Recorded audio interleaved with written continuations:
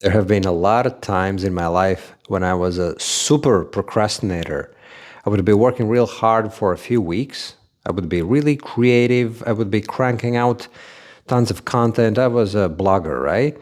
And then inevitably would come a time which would last for a week or something when I could not do anything at all. I had everything planned.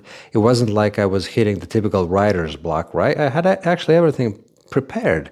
So all I had to do is literally pick up the camera and start speaking and upload the video and then create a blog post and everything. I had my routine pretty much set.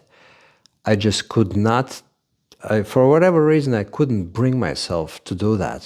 So I would just spend my days aimlessly, browsing the internet, having 20 cups of coffee a day, smoking, and just trying to avoid doing the right thing. And I just couldn't understand why I cannot control myself at all. It felt like I had no control over myself at all.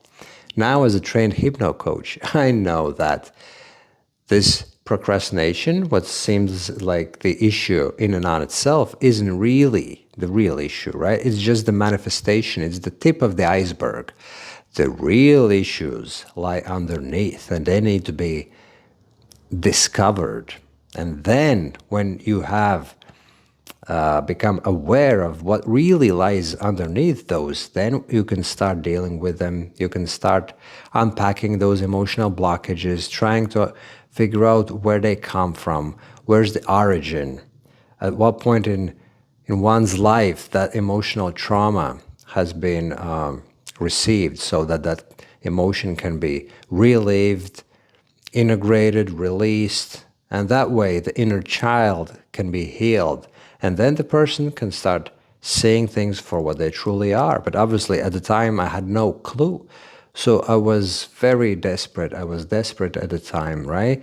And also now I understand that there are a lot of other issues that always happen in anyone's life, right? So I felt at the time that the procrastination was the issue, without really realizing that some other issues that were also happening in my life, in my personal life, were the contributory factors, right?